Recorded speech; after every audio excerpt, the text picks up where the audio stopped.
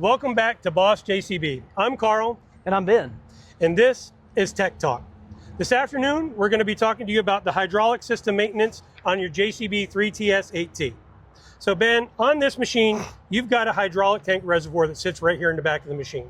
So you need to be checking this on a regular basis, probably checking the hydraulic level daily, right? But in order to do that, there's a couple things you have to do first. So one, you need to make sure that you're on flat level surface. All right, along with being on a flat level surface, you're going to want to make sure your boom is all the way retracted, all the way down in the stored position, and your bucket level is flat on the ground. Makes sense. If you're not doing that, Ben, it's going to have hydraulic oil in the system, and it's going to give you a false reading back here, and you're going to look low.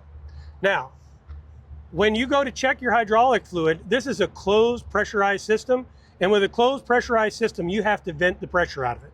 If you don't, it's going to look lower than it actually is. So what you need to do is on this hydraulic tank, right on the top of it, this is also your filler cap, but if you open this filler cap up slightly, you'll hear a bit of a hiss come out of it, and you're going to see this hydraulic level change just slightly.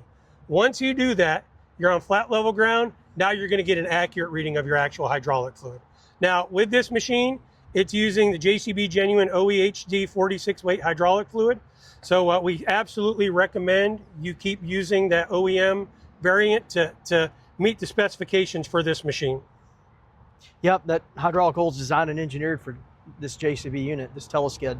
Carl, we have two hydraulic filters, a tank filter and a different filter up front for the hydraulic system that I believe are 500-hour servers. That's right, Ben, they sure are. So in the back here, you have what we call your tank filter. And what this is doing, this is filtering all the fluid as it makes its way back to tank before it gets down into the tank. So to change that, all you do is simply remove this cap right here on the back, slide it out, slide the new one in.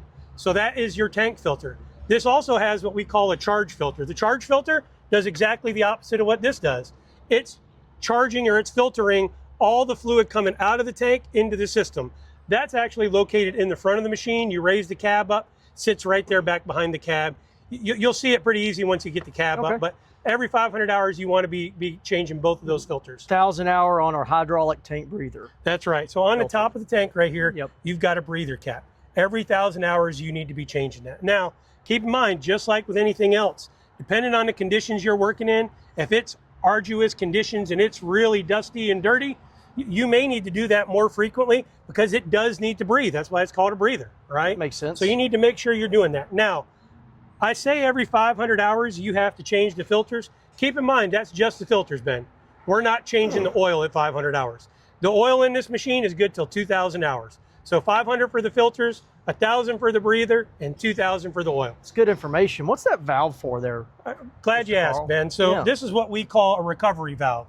So the idea of this is if you have some kind of machine failure and you get stuck and your boom is up in the air or you're in a precarious situation, you can just simply pull this up, and what it's going to do is it's going to allow the fluid in the hydraulic system of your boom to just escape back the tank, and it's going to slowly lower your boom right back down to the ground. All right?